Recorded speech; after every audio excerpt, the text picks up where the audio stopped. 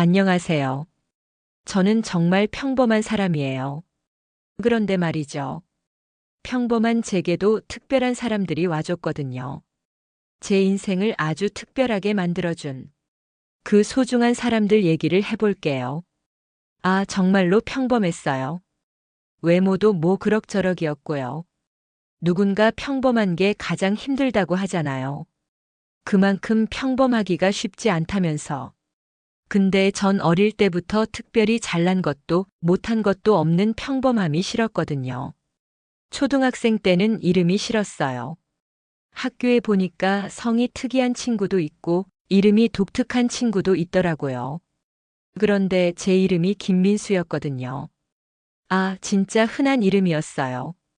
같은 초등학교에 제가 알기로는 전 학년 통틀어서 10명 정도 있었던 걸로 기억해요. 3학년 때는 같은 반에 박민수가 있었어요. 선생님이 민수야 하시면 항상 그 친구랑 저랑 둘 다 대답했죠. 그때부터 내 이름도 좀 특이했으면 아니면 성이라도 특이했으면 좋겠다고 생각했어요. 초등학교 고학년쯤 되니까 성격이 좋은 애들이 부러웠어요. 왜 반에 꼭 있잖아요. 인기 많은 애들 말이에요. 성격도 서글서글하니 좋고 목소리도 크고 항상 자신감 넘치는 태도의 애들이요. 게다가 그런 애들은 남녀 가릴 것 없이 외모까지 출중하더라고요. 언제나 친구들한테 둘러싸여서 재밌게 놀고 대화를 나누는 모습을 정말 부러워했어요. 나도 저 애처럼 남들을 웃길 수 있는 재주가 있거나 체육을 아주 잘하거나 공부를 잘해서 친구들한테 잘 알려주거나 목소리가 크다면 얼마나 좋을까 그런 생각을 많이 했어요. 하지만 딱히 달라지는 건 없었죠. 성격이라는 게 한순간에 바뀌는 게 아니잖아요. 그냥 그런 애들과 나는 다르다고 생각하고 그렇게 살았던 것 같아요. 그렇게 별다른 변화 없이 중학교를 올라갔고 제 인생은 여전히 평범했어요. 중학교 올라가니까 잘 사는 애, 못 사는 애로 애들이 나뉘기도 하더라고요. 저는 그냥 보통의 애들과 어울렸어요. 집 근처 학교에 가서 별일 없는 하루를 보내고 평범한 집에 들어갔죠. 고등학생 때도 특별한 일 하나 없이 똑같았어요. 이날이 저날인지 저날이 이날인지 모를 만큼 다 비슷한 하루들이었어요. 그러다가 제 인생이 특별해지기 시작했던 게 고등학교 3학년 때였어요. 제가 성적이 딱 평균이어서 대학교에 안 가려고 했거든요. 그냥 누나처럼 공장 들어가서 일하려고 했어요.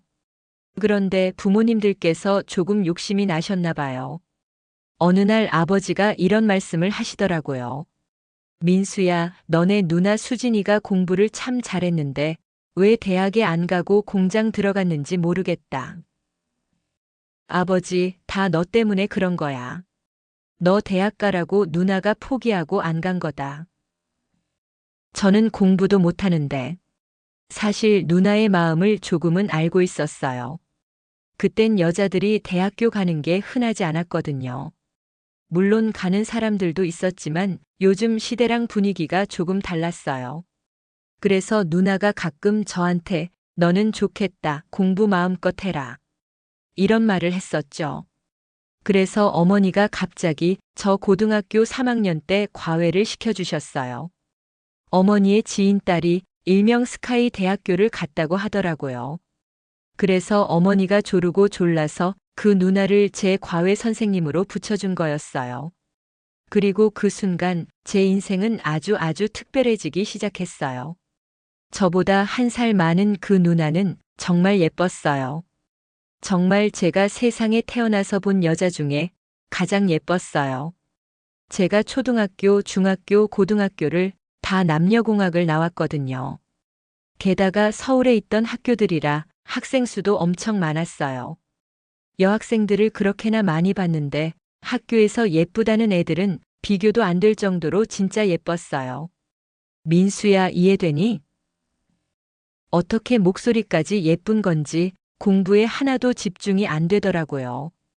19살 인생의 첫사랑이 시작되어 버렸어요. 과외 초반에는 수업 시간 내내 집중도 못하고 심장만 벌렁거렸어요. 그러다가 2달쯤 지나니까 누나한테 잘 보이고 싶은 욕심이 생기더라고요. 누나가 다니는 대학교에는 공부 잘하는 형들이 수두룩할 테니 맨날 그런 사람만 볼 거 아니에요. 그럼 당연히 내가 비교가 되겠다 싶었어요. 그래서 그때부터는 공부를 정말 죽어라 했어요. 맨날 1분 1초마다 누나 생각이 나니까 그냥 누나 생각날 때마다 공부를 했어요. 뭔지 몰라도 그냥 외웠고 이해 못해도 그냥 무작정 연필부터 잡았어요. 그러니까 진짜 기적이 생기더라고요. 여름방학 하기 전 시험에서 제가 전교 19등을 한 거예요. 제가 그전 시험에서 반에서 20등이었거든요. 딱 중간이었어요. 그런 제가 전교 19등이라니. 더 이상 평범하지 않은 제가 되던 순간이었어요. 순식간에 치솟은 제 성적에 친구들도 선생님도 가족들도 제가 좋아하는 누나도 놀란 순간이었어요. 그 다음부터는 말할 것도 없었죠. 저의 첫사랑 누나가 엄청 칭찬을 해줬고 날개라도 달린 듯이 저는 훨씬 더 좋은 성적을 냈어요. 누나가 있는 학교는 안 되겠지만 서울을 벗어나진 말자고 생각하고 진짜 열심히 했어요. 그리고 그 끝에 저는 정말 서울에 있는 꽤 괜찮은 4년제 대학교에 갈 수 있었어요. 부모님은 무슨 경사란 안 듯이 방방곡곡 자랑을 하고 다니셨고 친누나도 잘했다며 큰 금액의 용돈을 주기도 했어요. 그리고 제 첫사랑 누나도 놀라기는 마찬가지였죠. 민수야, 너무 축하해. 정말 대견하다. 나도 내 덕분에 정말 많이 공부가 되었어. 대학교 가서도 공부 열심히 하고 기회 되면 또 보자. 누나는 제 과외를 그만두며 저와의 인연도 끝내려고 하는 것 같았어요. 하지만 어림도 없죠. 저는 그날만을 손꼽아서 기다렸거든요. 대학교 합격하고 누나한테 고백하는 순간을요. 누나, 사실 저 누나 좋아해요. 처음 본 그 순간부터 좋아했어요. 제 여자친구가 되어주세요. 고등학교 막 졸업한 2월에 눈 오는 날 저는 누나 집 근처 놀이터에서 누나한테 고백을 했어요. 누나는 조금 놀란 듯 하더니 갑자기 웃더라고요. 민수야, 고마워.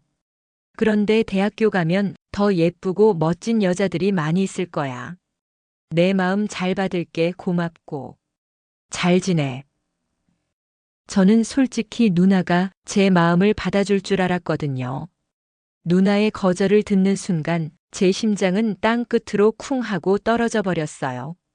좌절을 했지만 한 번의 좌절로 포기할 제가 아니었어요. 누나를 향한 제 마음은 식을 줄을 몰랐고 저는 계속해서 누나 곁을 맴돌았어요. 누나가 학교에서 늦게 끝난 날은 데리러 가고 주말에는 대학교 생활 때문에 고민이라고 거짓말을 하며 불러내서 같이 밥 먹고 친구가 누나랑 같은 학교에 다닌다고 또 거짓말하면서 우연처럼 마주치기도 했죠. 아마 제 거짓말을 다 알았을 거예요. 그래도 그냥 착한 동생이니까 나와준 거였겠죠. 하지만 제가 완전히 잊고 있던 누나와 제 사이에 커다란 장애물이 있었어요. 그건 바로 군대였어요. 입대 통지서 나오던 날을 아직도 잊지 못해요. 너무 놀라서 통지서 받자마자 누나 집으로 뛰어갔어요. 누나, 딱 군대가. 어머, 내 동기들도 작년부터 하나둘 가기 시작했는데 너도 가는구나. 민수야, 어떻게 2년 넘게 누나를 못 보고 사냐? 아, 휴가 나오잖아. 그럼 나 휴가 나오면 만나줄 거야? 너 하는 거 봐서 시간 되면 써. 누나, 나 진짜로 멋있어져서 올게. 휴가 때 연락할게, 진짜로. 그래, 그래라. 이때까지만 해도 누나는 제가 장난치는 줄 알았다더라고요. 언젠가는 서서히 꺼질 마음이라고 생각했던 거죠. 하지만 제 마음은 꺼질 줄 모르고 활활 타오르기만 했어요. 군대 가서도 누나랑 편지를 주고받았고 전화 통화도 했고 휴가 나가서 만나기도 했어요. 누나도 그때부터 제 진심을 조금씩 알아주는 것 같더라고요. 그렇게 길기만 했던 2년이라는 시간이 흘렀고 저는 드디어 군대에서 나오게 되었어요. 그리고 전역하던 날에도 누나를 만나게 되었고 그날은 제가 처음 고백했던 것처럼 눈이 펑펑 내리던 2월이었어요. 말투, 나를 대하는 태도가 조금 달라졌다고 느껴지더라고요. 그래서 용기 내어 다시 한번 누나에게 진심으로 고백을 했어요. 그리고 누나의 대답은 놀랍게도 좋다였어요. 그날 물 만난 강아지처럼 눈밭을 얼마나 뛰어다녔는지 몰라요. 누나가 제 여자친구가 되다니. 첫사랑과 이루어지다니. 당장이라도 날아갈 것처럼 기뻤어요. 그렇게 어렵게 연인이 된 우리는 풋풋하고 예쁘게 만남을 가졌어요. 매일 비슷했던 내 인생이 누나를 만나고 달라졌고 누나와 함께 있을 때는 그 누구도 부럽지 않을 만큼 특별한 인생을 살게 되었어요. 누나는 졸업 후 대기업에 취직을 했어요. 똑똑하고 예쁜 누나가 좋은 회사에 들어갈 줄은 예상했지만 우리나라 최고의 회사에 들어가다니. 그때부터 뭔가 아쉽더라고요. 나도 더 열심히 해야겠다. 누나한테 멋진 남자친구가 되고 싶다고 생각했어요. 그래서 다시 공부를 하게 되었고 졸업할 때까지 2번의 학기에 수석을 할 수 있었고 그 덕에 전액 장학금까지 받을 수 있었어요. 민수야, 내가 봤을 땐 가히 걔가 내 인생의 은인인 것 같다. 저희 어머니께서는 이런 말씀을 자주 하셨어요. 누나 만나서 모든 일이 잘 풀린다며 참 고맙고 좋은 사람이라고 입에 침이 마르도록 칭찬을 하셨죠. 그 말에 저도 100번, 1000번 공감했어요. 누나가 아니었다면 노력해서 공부하지도 않았을 테고 장학금을 받지도 않았겠죠. 그래서 저는 졸업하고 취직하면 누나한테 프로포즈를 할 생각이었어요. 그런데 막상 졸업하고 취업하고 보니까 제가 너무 준비가 안 되어 있더라고요. 취직한 회사 선배들 중에 결혼 앞둔 선배들이 둘 있었는데 결혼은 진짜 현실이었어요. 들어가는 돈도 어마어마하고 결혼하기 전에 해야 할 일도 많더라고요. 그래서 딱 1년 돈 벌고 프로포즈 하자 마음 먹고 죽어라 돈을 모았어요. 그땐 진짜 짠돌이 같이 살았어요. 누나와의 결혼 생활을 위해서라면 짠돌이라고 아무렇지도 않았죠. 그리고 정말 1년이 되던 해에 저는 제가 목표로 했던 돈을 모을 수 있었어요. 거기다가 제가 대학 다닐 때 2번 학기에 장학금 받아서 학비를 안 냈잖아요. 그 돈도 부모님이 결혼할 때 보태라고 주셨어요. 저는 작은 다이아몬드가 빛나는 예쁜 반지를 샀고 아주 고급스러운 레스토랑을 예약해서 누나를 불렀어요. 오민수, 어쩐 일이야? 요즘 돈 아낀다고 이런 곳 잘 안 왔잖아. 그냥 곧 누나 생일이잖아. 어때, 여기 괜찮지? 응, 예뻐. 음식도 맛있어. 만족하는 누나 모습에 마음이 뿌듯해졌어요. 주머니 속에 넣고 만지작거리던 반지를 꺼냈어요. 누나, 나랑 결혼해 줄래? 아니, 결혼해줘. 내가 평생 누나 사랑하고 아껴주고 행복하게 해줄게. 해줄래? 누나는 전혀 예상을 못했는지 두 손으로 입을 막았어요. 그리고 곧 눈물을 글썽였어요. 민수야, 당연하지. 만약 레스토랑에 아무도 없었다면 앞구르기를 하면서 기뻐했을지도 몰라요. 프로포즈하고 6개월 뒤 저희는 진정한 부부가 되었죠. 모든 게 완벽하다고 생각했어요. 몇 년 동안이나 사랑했던 누나와 결혼을 했고 둘 다 직장도 잘 다니고 있고 건강하고 불만할 것이 하나도 없이 행복했어요. 더 이상 행복할 수가 없을까 싶을 정도인 저의 인생에 그것보다 더한 행복이 또 한 번 찾아왔죠. 결혼한 지 1년이 조금 안 되었을 때였어요.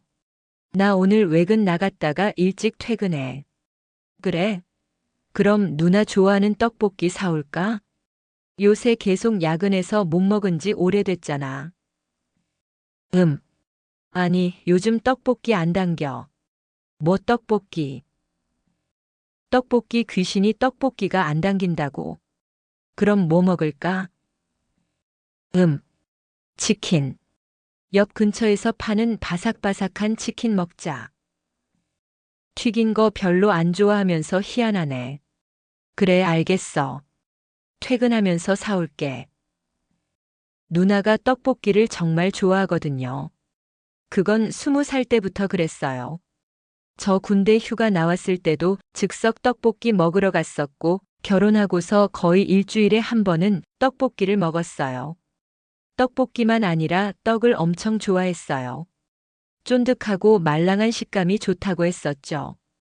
반면에 튀김은 안 좋아했어요. 떡볶이 먹을 때도 튀김을 안 먹었던 사람이고 치킨도 별로 안 좋아하고 심지어는 바삭한 과자도 거의 안 먹었죠. 그런데 그날은 어쩐 일인지 떡볶이를 다 마다하고 치킨을 먹자고 하더라고요. 오래 살고 볼 일이다 하면서 그냥 신기하다고 생각했어요. 그날 퇴근하면서 역 근처에서 파는 기름이 지글지글한 바삭한 튀김옷을 입은 치킨을 사갔어요. 진짜 맛있다. 내가 먹은 치킨 중에 최고야. 누나, 천천히 먹어. 내가 혼자 사다가 먹을 때 맨날 먹고 안 먹더니 오늘 진짜 신기하네. 누나가 치킨을 입에 가득 넣고 아주 행복하게 먹더라고요.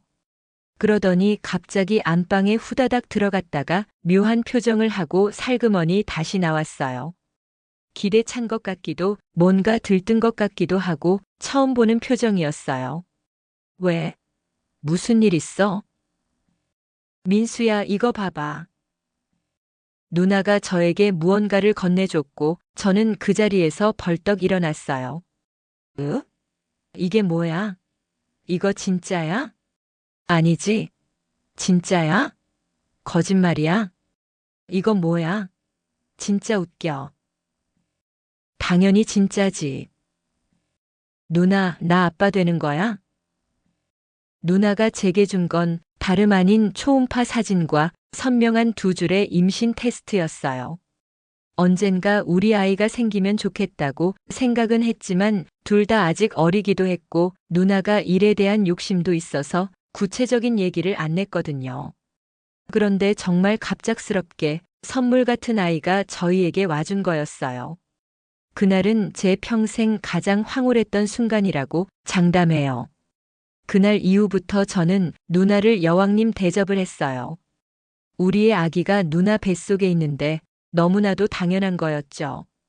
누나는 평소 찾지 않는 음식을 찾았고 갑자기 없던 일로 TV 보거나 길 걷다가도 울음이 나는 일이 있었고 반대로 생각지도 못한 부분에서 빵빵 터지며 웃기도 했어요. 아이가 생기면 모든 게 달라진다고 하더니 정말이었어요. 긴 머리를 단발로 자르기도 했었죠. 물론 달라진 누나도 좋았어요. 그리고 누나도 임신한 게 정말 행복해 보였어요. 민수야, 나 이런 기분은 정말 처음이야. 너무 행복하고 너무 좋아. 이 아이는 내가 평생 지킬 거야. 누나의 배는 점점 커져갔고 그럴수록 저희의 기대도 커졌어요. 우리 아기의 모습은 어떨지, 어떤 아이일지, 키운다는 것은 어떤 것일지 너무 궁금했거든요. 어느덧 누나는 임신 7개월이 되어 있었고 커다란 공 하나를 안고 있는 것처럼 배가 커져 있었어요. 기대로 부푼 우리의 마음처럼 누나는 임신 5개월부터 일을 그만두었고 친정에도 다녀오고 친구들도 만나고 혼자 식당에 가서 밥도 먹으며 나름 알찬 일상들을 보내고 있었어요. 저는 평일에는 열심히 일을 했고 주말이면 누나와 시간을 보냈어요. 영화관에 가서 영화도 보고 같이 인형 만들기를 하기도 하고 아기 옷을 구경하러 다니기도 했었죠. 그러던 어느 날이었어요. 제가 토요일에 출근을 하게 된 거예요. 제가 아이 막 생겼을 때 다른 회사로 이직을 하게 되었었거든요. 그때는 보기 드문 주 5일 근무에 직급도 높았고 연봉도 훨씬 많이 줬었죠.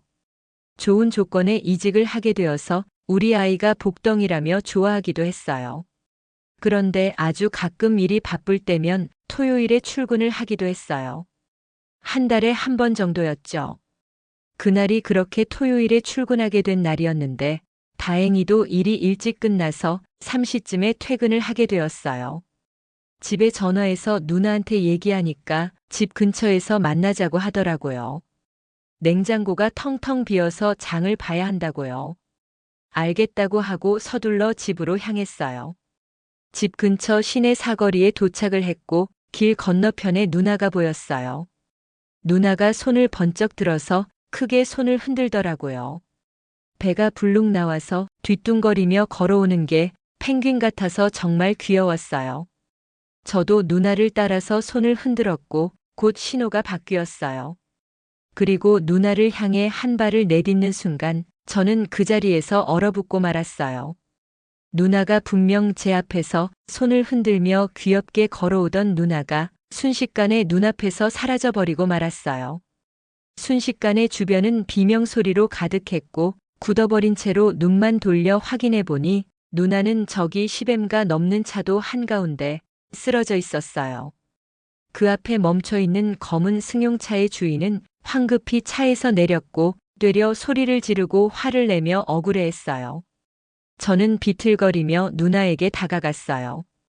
내 눈앞에서 차에 친 누나는 차도를 붉게 물들며 쓰러져 있었어요. 목소리가 나오지 않았어요. 꺽꺽거리면서 누나를 안고 울기만 했어요. 순식간에 주위에 사람들이 몰려들었고 다들 경찰이며 구급차에 신고를 해줬어요. 누나의 상태를 살피며 도와주려는 사람들도 있었어요. 하지만 누나는 그 사람들을 보지도 느끼지도 못했어요. 그 자리에서 누나는 눈을 뜨지 못했어요.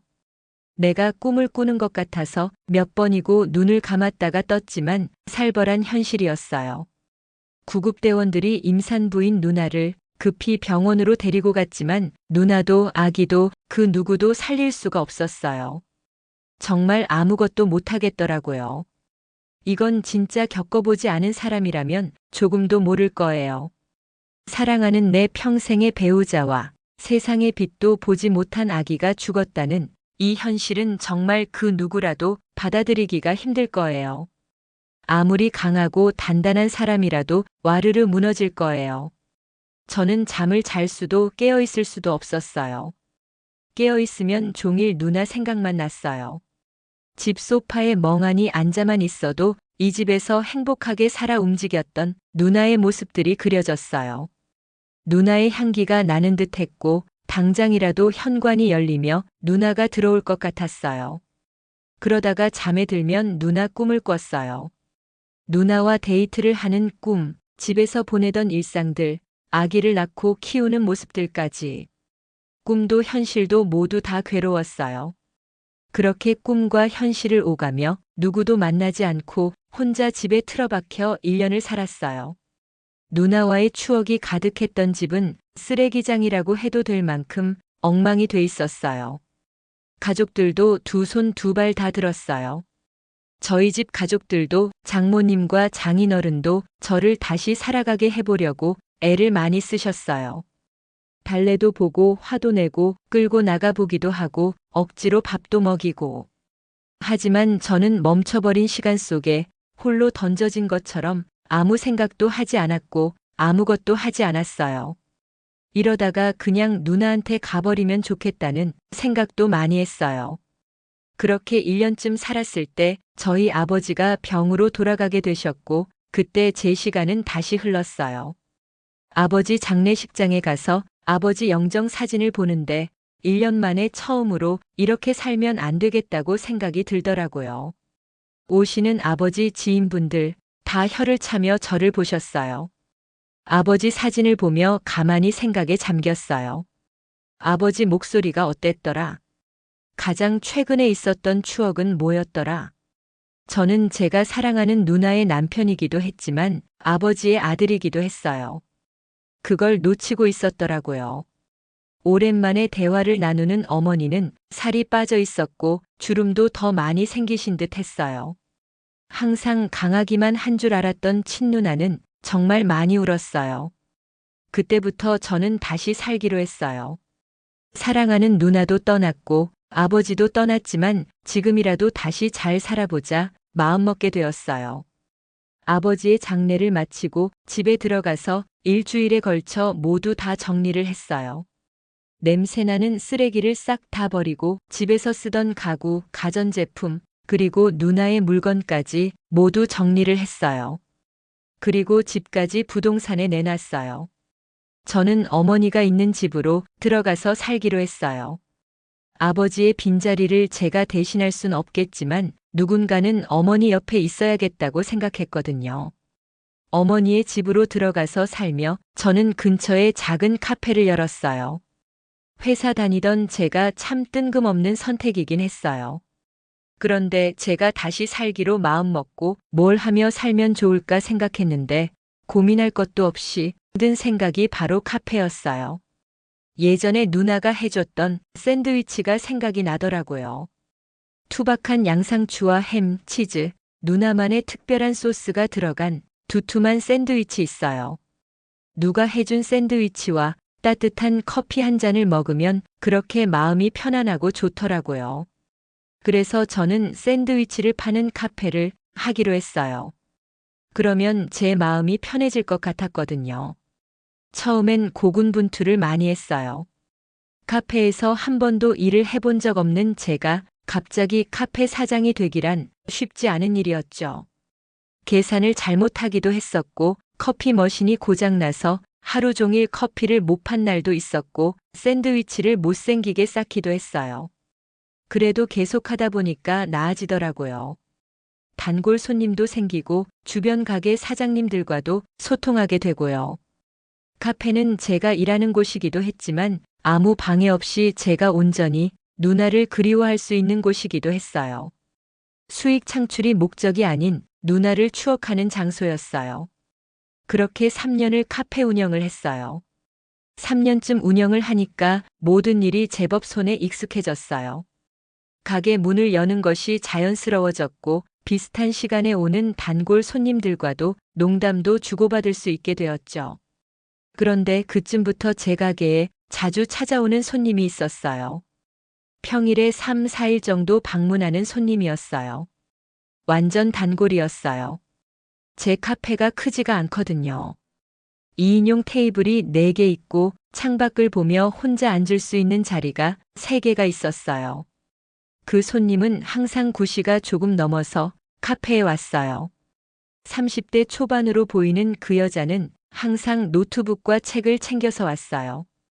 그리고 혼자 앉는 자리에 자리를 잡고 오후 2시쯤까지 있었죠. 카페에 그런 분들이 많잖아요. 그런데 제가 그 여자분을 기억하게 된 건 바로 그 손님의 매너 때문이었어요. 항상 커피 한 잔에 샌드위치를 하나 시켜서 자리를 잡았어요. 그리고는 11시쯤에 다른 음료 한 잔을 더 시켜요. 그리고 또 집에 갈 때 샌드위치 하나를 또 포장해서 가더라고요. 그런데 그게 정말 먹고 싶고 목이 말라서 주문하는 게 아니라 혹시나 카페에 민폐가 될까봐 시키는 것 같았어요. 그때 한창 뉴스에도 나오고 그랬거든요. 카페에 커피 한 잔 시켜놓고 혼자서 2인 테이블에서 아침부터 밤까지 있는 손님들에 대해 말이 많았죠. 그래서 그분이 괜히 신경이 쓰여서 그렇게 주문을 하는 것 같았어요. 저는 전혀 상관이 없었거든요. 오래 있는 것도 아니었고 그 시간은 손님도 없을 때라 오히려 누가 앉아 있으면 심심하지 않고 좋았죠. 그래서 그분이 두 번째 음료를 시키러 왔을 때 조심스럽게 물어봤어요. 저기, 혹시 괜히 신경 쓰여서 주문하시는 거라면 안 하셔도 괜찮아요. 이 시간에는 손님도 없어서 얼마든지 앉아 있다가 가셔도 돼요. 갈 때 샌드위치도 일부러 포장하지 않으셔도 되고요. 아이, 그래도 괜히 제가 민폐가 될까봐. 아니에요. 민폐는 무슨. 정말 괜찮습니다. 사실은 이 카페 음료가 맛있어요. 그래서 매일 새로운 거 먹는 것도 재밌더라고요. 그리고 무엇보다도 샌드위치가 정말 맛있어요. 오후에 사는 건 저희 아들 간식으로 사가는 거예요. 정말요? 좋아해 주셔서 감사해요. 아, 날이 추워져서 딸기가 맛있길래 청을 좀 담궈봤는데 딸기 우유 좋아하시면 한 잔 드릴까요? 단골 손님 서비스예요. 어머, 안 그러셔도 되는데. 감사합니다, 사장님. 그게 그 여자분과 첫 대화였어요. 짧은 대화였지만 성격이 좋은 사람이라는 게 느껴졌어요. 좋은 분이 제 카페의 단골 손님이라는 게 그저 좋았어요. 그 다음부터는 몇 년 된 단골 손님들처럼 그 여자 손님과 친해지게 되었어요. 새로운 메뉴 개발을 하면 테스트 겸 여자 손님에게 주기도 했고, 그럼 여자 손님은 집에서 직접 만든 티코스터나 장식용으로 놓는 작은 인형들을 선물로 주곤 했어요. 우와, 이번엔 루돌프 인형이네요. 정말 손재주가 좋으세요. 직업이 이쪽 관련이신가 봐요? 아니요, 이건 취미예요. 직업은 글 써요. 그래요? 소설 쓰시는 거예요? 알고 보니 그 여자분은 소설 작가였어요. 매일 노트북과 책을 들고 와서 뭘 그렇게 열심히 하는 걸까 궁금했는데 그제서야 궁금증이 풀렸죠. 글 쓰는 사람은 처음 봐서 참 신기했어요. 그래서 이것저것 물어보고 하면서 더 가까워지게 되었죠. 굉장히 성격이 좋은 사람이었고 솔직한 사람이었어요. 확고한 신념도 있는 것 같았고 유머도 있으면서 내면이 굉장히 단단한 사람이었죠. 좋은 친구가 생겼다고 생각했어요. 그런데 어느 날이었어요. 퇴근 시간이 되어서 가게를 정리하고 막 나가려던 그때였어요. 갑자기 그 여자분이 차림새가 엉망이 되어서 가게 안으로 급하게 뛰어들어왔어요. 무슨 일 있어요? 저 좀 도와주세요. 여자분은 굉장히 불안해 보였고 저는 황급히 여자분을 카운터에 앉혔어요. 저는 밖에 무슨 일이 있나 살그머니 나가서 상황을 살폈어요. 다행히 동네는 조용하더라고요. 다시 가게에 들어가서 여전히 불안에 떨고 있는 여자분에게 자초지종을 물었어요. 그리고 여자분은 정말 충격적인 얘기를 해주었죠. 사실은 이혼을 했다더라고요. 아이가 태어난 지 얼마 안 돼서요. 전 남편이 정말 나쁜 사람이더라고요. 경제 활동 하나도 안 하면서 자기 아내한테 몹쓸 짓이란 몹쓸 짓은 다 했고 여자분이 아이 태어나고 이대로는 안 되겠다 싶어서 이혼하자고 했는데 그때도 집안을 다 엎어버리고 난리가 났었대요. 겨우 이혼을 하기는 했는데 그 여자분이 소설을 쓰며 돈을 잘 번다는 것을 전 남편이 알게 되자 한 번씩 돈이 없을 때 와서 집안을 엉망으로 만들고 난리를 치며 돈을 뜯어간다고 하더라고요. 와, 진짜 욕이 나오더라고요. 어떻게 사람이 그럴 수가 있을까요? 그럼 아들은 지금 어디에 있어요? 괜찮은 거예요? 어제부터 친정에 가 있어서 아들은 괜찮아요. 다행이네요. 그럼 오늘 어떡할 거예요? 전 남편이 집에서 지키고 있을 거 아니에요. 경찰에 신고하시죠. 써도 소용없어요. 다녀오면 더 심하게 굴어서 더 힘들어져요. 어디라도 가서 숨어 있어야죠. 내일이면 갈 거예요. 술 먹고 저러는 거라. 아, 진짜 나쁜 놈이네요. 괜찮으면 오늘 여기 있어요. 저 안에 방도 있어요. 깨끗하진 않겠지만 하루 묵기는 괜찮을 거예요. 위험한 상황에 놓여진 여자분을 그냥 보낼 수는 없었어요. 제가 카페 운영할 때 초반에 가끔 카페에서 잤거든요. 샌드위치 레시피 공부하다 보면 새벽까지 있기도 했어요. 그래서 창고로 쓰려고 빌려놨던 곳에 그냥 이불 하나 깔아두고 자곤 했어요. 사람 하나 누울 정도는 되는 크기였어요.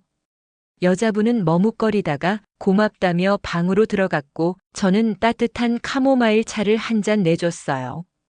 저는 카페 한쪽에 자리를 잡고 앉아서 쪽잠을 잤죠. 살짝 잠이 오지 않는 묘한 기분의 밤이었어요. 다음 날 아침 여자분은 이제 가보겠다며 나섰어요. 저는 샌드위치를 포장해줬어요. 무슨 상황이든지 잘 먹어야 이겨낼 수 있더라고요. 감사해요. 어제도, 이 샌드위치도. 그날은 죽은 아내의 사진을 더 많이 봤어요. 뭔가 하면 안 되는 행동을 한 것 같고 품으면 안 되는 마음을 품은 것 같아서 그랬어요. 그리고 그 마음은 저도 모르는 사이에 점점 커지고 있었어요. 여자분이 카페에 안 오는 날이면 궁금했어요. 혹시 또 무슨 일이 생긴 건 아닌지, 전 남편이 찾아온 건 아닌지 걱정도 되었어요. 매일 여자분이 오던 시간이 되면 괜히 밖을 기웃거리게 되었고 여자분이 자주 주문했던 샌드위치를 만들 때에도 생각이 났어요. 큰일 났다 싶었어요. 내 마음에는 평생 아내만 자리 잡고 있었어요. 첫사랑도 마지막 사랑도 아내라고 생각하고 살았어요. 그런데 제가 다른 사람을 생각하다니 있을 수 없는 일이었어요. 그래서 애써 그 여자분을 외면해 보려고도 했어요. 여자분이 말을 걸어도 대답을 건성으로 하기도 했고 얼굴도 보지 않으려고 노력해 봤어요. 하지만 마음이라는 게 제 뜻대로 되지 않더라고요. 잊으려고 할수록 더 생각나고 안 보려고 할수록 더 시선은 그쪽으로 향했어요. 그렇게 몇 달이 흘렀고 정말 답답해 미치겠더라고요. 저도 제 마음을 어떻게 해야 할지 모르겠는 거예요. 그래서 그냥 무턱대고 여자분한테 얘기 좀 하자고 했어요. 왜? 무슨 일 있으세요? 저 요즘 너무 힘들어요. 네? 왜요? 저, 이걸 어떻게 말해야 하지? 네? 뭘? 저도 제가 이러면 안 되는 거 알고, 제 마음이 이상한 것도 알고, 제가 진짜 이러면 안 되는 건데. 그런데 자꾸 그쪽 생각이 나요. 미치겠어요. 자꾸 보고 싶고 궁금하고 걱정돼요. 몇 달 동안 계속 이래요. 제가 어떻게 해야 할까요? 아니, 제가 이러는 걸 어떻게 도와주실 수 있나요? 진짜 멍청하고 바보 같은 말이었지만 그땐 정말 숨막히게 답답했어요. 저는 이 여자분이 그럼 이제 안 오겠다고 하거나 부담스러워하거나 싫어할 줄 알았어요. 그런데 갑자기 피식 웃더라고요. 왜 웃으세요? 아, 죄송해요. 그냥 이게 고백인지 뭔지 잘 모르겠어서요. 네, 고백이요? 아, 고백 아니에요? 고백인 줄 알았는데. 그럼 내가 고백할게요. 우리 한번 만나볼까요? 나, 나는 아들이 있어요. 그것도 초등학생이에요. 되는 아들이요. 그게 그쪽한테 부담일 거라는 거 알아요. 그런데 그건 나도 마찬가지예요. 그냥 우리 가볍게 만나봐요. 지금처럼 좋은 친구처럼. 그렇게 시작해 볼래요? 그게 우리의 시작이었어요. 이게 맞는 건가, 정말 이래도 되는 건가 하는 마음이 들었지만 정말 몇 년 만에 행복이라는 감정을 느끼게 되었어요. 좋은 친구처럼 그렇게 시작했던 우리였지만 어느새 마음은 점점 깊어져 갔어요. 이 사람이라면 다시 부부가 되어도 좋을 만큼이요. 하지만 저희에겐 큰 관문이 있었어요. 바로 그녀의 아들이었어요. 초등학생 나이나 된 아들이 있는데 저희만 좋다고 결혼을 할 수는 없는 노릇이었어요. 저도 무턱대고 내가 너의 새로운 아빠다라고 하기 싫었고 그래서 저희는 아주 천천히 아들의 마음을 열기로 했어요. 안녕. 내가 우진이구나. 아저씨는 우리 엄마 남자친구가. 이게 그녀의 아들이 저를 보고 한 첫마디였어요. 뿔테 안경을 쓴 똑부러지는 아이였어요.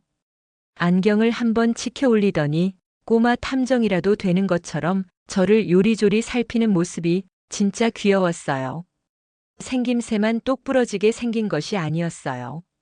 저를 처음 만났을 때가 아이가 초사 때였는데 학급 반장도 하고 3학년 중에 공부도 제일 잘한다고 했어요. 게다가 수학 영재 소리를 들을 만큼 똑똑한 아이였죠. 뛰어노는 것보다 책을 더 좋아하고 게임보다 공부가 더 좋다는 우진이랑 어떻게 친해져야 하나 고민이 많았어요. 애들이 좋아한다는 게임기도 사서 가져가 보고 야구 선수 사인 받은 공도 보여줘 보고 맛있는 간식으로 유혹도 해보았지만 소용없었어요. 그러다가 우진이가 마음을 열게 된 게 바로 보드게임이었어요. 카페에서 손님들한테 빌려드리려고 옛날에 사뒀던 보드게임 하나를 우진이가 발견했더라고요. 그게 길쭉한 네모 모양 나무를 쌓아서 하나씩 빼는 젠가 있어요. 저 이거 해보고 싶었어요. 한 번도 안 해봤어요. 엄마는 바쁘고 아빠는 없으니까요. 덤덤하게 말하는 그 말에 괜히 마음이 아팠어요. 저는 어느 때보다 집중해서 젠가를 쌓았어요. 우진이가 정말 좋아하더라고요. 게임하는 내내 웃음꽃이 활짝 펴 있었어요. 한번 마음을 열기 시작한 우진이는 저와 순식간에 가까워졌어요. 엄마 없이도 혼자 제 카페에 놀러 오기도 하고 숙제하다가 모르는 거 있으면 물어보기도 했어요. 어느새 저도 자연스럽게 그녀의 집에 드나들게 되었죠. 그렇게 1년이라는 시간이 또 흘렀어요. 우진이는 어느덧 4학년이 되었고 또 한 번 학급 반장을 하게 되었죠. 승진 파티를 위해 저희 셋은 패밀리 레스토랑에 갔어요. 그런데 맛있게 식사를 하는 도중에 갑자기 우진이가 뜬금없는 이야기를 꺼냈어요. 그런데 엄마랑 아저씨는 왜 결혼 안 해요? 뭐, 뭐, 그게, 그러니까, 그게, 혹시 나 때문이에요?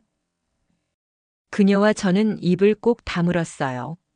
아니라고도 못하겠고, 그렇다고도 못하겠더라고요. 저는 아저씨랑 엄마랑 결혼하면 좋겠어요. 뭐?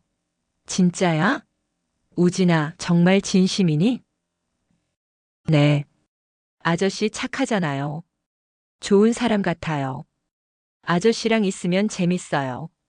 그리고 엄마가 아저씨랑 있을 때 행복해해요. 저는 엄마가 행복했으면 좋겠어요. 그녀는 기쁨의 눈물을 흘렸어요. 그리고 그날 저희는 마음먹었어요. 가족이 되기로. 저희 어머니는 이미 제가 만나는 사람이 있다는 것을 알고 계셨어요. 무척 좋아하셨죠. 그리고 그녀를 몇 번 보기도 했어요.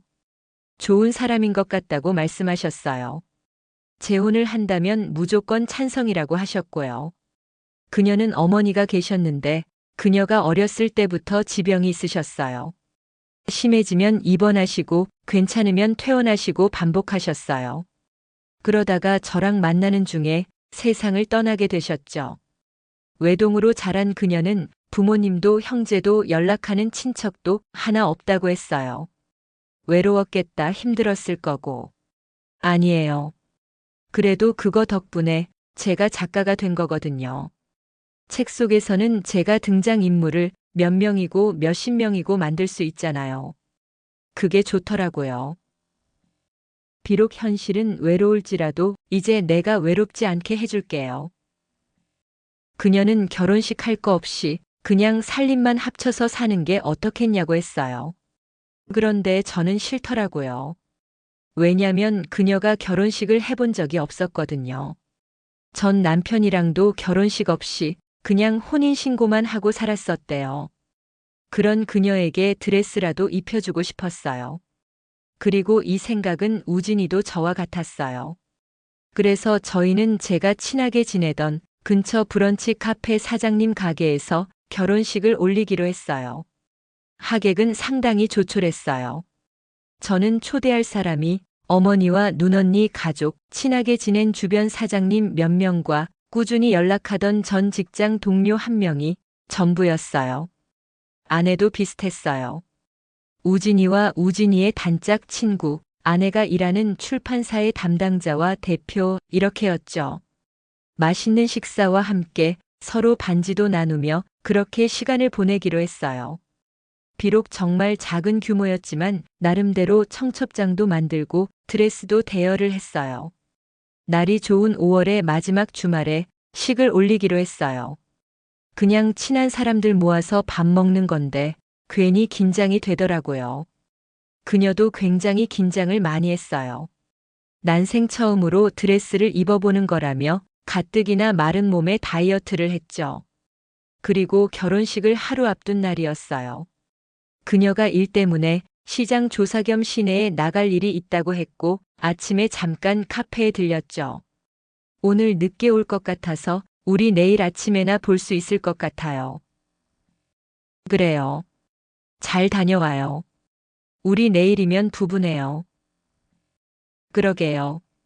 진짜 실감 안 나네. 우리 잘 살아봐요. 네. 내일 봐요.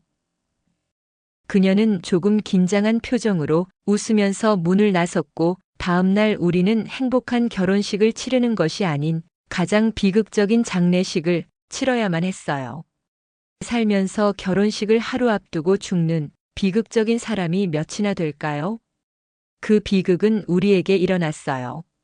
정말 오랜만에 신혼여행을 가면 일을 못하니까 정말 오랜만에 시내에 나갔던 사람이었어요. 번화가에 가서 요즘 유행하는 패션이나 식당들에 대한 시장 조사가 필요하다고 나갔던 사람이 싸늘하게 돌아왔어요. 차 5대의 추돌 사고가 크게 나면서 아무 죄 없는 그녀가 피해를 입은 것이었어요. 어떻게 이런 일이 있을 수 있는 건지 믿어지지가 않았어요. 사랑하는 여자를 2번이나 떠나보내는 비극적인 사람이 저 말고 또 있을까요? 다시 한번 살아갈 희망이 꺼져갔어요. 그러던 중 장례식장 구석에서 흐느끼는 소리가 들렸어요. 그녀의 아들 우진이었어요. 우진이의 사정을 뻔히 아는 저는 우진이를 외면할 수 없었어요. 그녀와 결혼하기로 마음먹은 순간부터, 아니 그보다 훨씬 전부터 우진이는 제 아들이었어요. 저는 우진이를 지키기로 했어요. 그리고 우진이를 위해서 살기로 했어요. 아저씨랑 가자, 우진아. 처음에 어머니가 많이 반대하셨어요. 피도 안 섞인 아이 어떻게 키울 거냐고요. 하지만 우진이가 워낙 똑부러지고 예쁜 아이잖아요. 처음엔 마음을 안 여시던 어머니도 곧 우진이를 많이 예뻐하셨고 칙칙했던 집에 생기가 도는 것 같다고. 우진아, 할머니랑 앞에 아이스크림 사 먹으러 다녀올까? 네, 할머니 좋아요. 더불어서 우진이도 어머니랑 있으면서 많이 안정된 것 같았어요. 엄마가 갑작스럽게 떠났으니까 얼마나 힘들었겠어요. 그저 어머니가 많이 보듬어 주신 덕에 금방 괜찮아질 수 있었어요. 저도 그런 우진이 보며 더 힘을 냈고요. 그렇게 3년이 흘러 우진이는 초등학교를 졸업해 중학생이 되었어요. 우진이가 수학영재라 그래서 항상 그런 쪽에 관심이 많았어요. TV 볼 때에도 바라고 예능 프로를 보는 게 아니라 고등학생들 보는 EBS 프로그램을 보거나 경제 관련 프로그램을 엄청 많이 봤어요. 그러더니 어느 날 갑자기 그러더라고요. 아빠, 저 주식해보고 싶어요. 뭐? 주식이라? 그런 건 애들이 하는 거 아니야. 아, 우진이가 저랑 살면서 아빠라고 부르기 시작했거든요. 아무튼 갑자기 주식을 하겠다는 거예요. 그런데 제가 그쪽으로는 아예 지식이 없어요. 아는 거는 적금, 청약 이런 것만 알고 코인이나 주식 같은 건 전혀 몰라요. 잘못하면 패가망신이라는 말을 어디서 들어서인가 좀 무섭더라고요. 선뜻 용기도 안 나고 딱히 관심도 없었어요. 그런데 고작 중학생인 우진이가 주식을 하고 싶다고 하다니 얼토당토않는 얘기라고 생각했죠. 그런데 그날부터 우진이가 저를 설득하기 시작했어요. 주변에 주식하는 친구들이 많다면서요. 저는 거짓말인 줄 알았어요. 그래서 막 찾아보니까 정말 주식하는 학생들 많이 있더라고요. 초등학생 때부터 주식하는 애들도 있고 태어나자마자 주식이 있는 애들도 있고 요즘 부모들은 그렇게 경제 교육을 시키는 듯 했어요. 제가 우진이 아빠 역할을 해도 교육 쪽에는 전혀 아는 게 없거든요. 워낙 공부를 잘하는 아이라서 그런가 더 신경을 안 쓰게 되는 것도 있었고 주변에 물어볼 사람도 하나 없으니 더 교육 쪽에는 무지했어요. 그래서 우진이 말 듣고 찾아보다 보니까 아이가 원하는데 나도 해줘야 하지 않을까 싶더라고요. 그래서 제가 여기저기서 야금야금 모아뒀던 100만 원으로 우진이 주식 통장을 개설해 줬어요. 딱 이것만. 경제 공부한다고 생각하고 한번 해봐. 네, 아빠 고마워요. 우진이는 신이 나서 그때부터 뭔가 열심히 공부를 하기 시작했어요. 일주일 뒤에 가서 잘 되고 있냐고 물어보니까 수익은 전혀 안 났더라고요. 또 한 달 뒤에 가서 보니까 똑같았어요. 그래, 주식이 쉬운 것도 아니고 저거에 너무 집착하지만 않으면 되겠지. 생각하고 더 이상 신경 쓰지 않았어요. 똑똑한 아이니까 어련히 알아서 잘하겠거니 하고 더 이상 신경 쓰지 않았어요. 괜히 제가 신경 쓰면 더 부담될까 봐요. 그렇게 시간은 흘렀고 우진이는 어느새 고등학생이 되었어요. 공부를 잘하던 우진이는 과학고등학교에 들어가게 되었고 저는 우진이 공부시키려고 열심히 일하고 있었죠. 그런데 그 무렵부터 어머니가 허리가 아프다는 말씀을 많이 하셨어요. 연세 때문에 아프신가 보다 했는데 어느 날 갑자기 카페에 전화를 하셨더라고요. 어머니가 헉헉거리며 숨을 힘겹게 쉬시면서 허리가 너무 아파서 일어날 수가 없다고 하셨어요. 놀라서 급히 집에 들어가 보니까 어머니께서 거실 바닥에 누워 계시더라고요. 앉을 수도 일어날 수도 없을 만큼 아프시다고 하셔서 얼른 구급차를 불러서 병원으로 모셨어요. 허리 디스크가 파열되었다고 하더라고요. 수술과 치료, 재활을 해야 하는 상황이었어요. 어머니가 이렇게 아프실 때까지 나는 뭘 했을까 자책스럽고 간호사 선생님께서 연세가 있으셔서 자연스러운 거라고는 했지만 너무 고통스러워 하시는 어머니를 보니까 마음이 너무 안 좋았어요. 허리 디스크 수술 후기를 알아보니까 수술 후 완전히 좋아지지 않는 경우도 많고 재활도 계속해야 한다고 하더라고요. 마음이 무거운 그때 연락을 받은 우진이가 병원으로 왔어요. 아이고, 우진이는 왜 불렀어? 공부해야 하는데. 할머니, 그게 무슨 말씀이세요? 제가 당연히 와야죠. 아유, 우리 우진이. 할머니가 다 나으면 아이스크림 먹으러 가자. 네, 할머니. 우진이도 마음이 무겁기는 마찬가지였나 봐요. 어머니와 인사를 하고 저는 우진이와 함께 터덜터덜 병실에서 나왔어요. 어머니 짐을 가지러 집에 가는 내내 우진이는 한숨만 푹푹 쉬었어요. 그리고 다음 날 우진이가 학교에서 끝나고 곧장 어머니가 계시는 병원으로 오더니 저를 밖으로 불러냈어요. 왜 그러니, 우진아? 무슨 할 말 있어?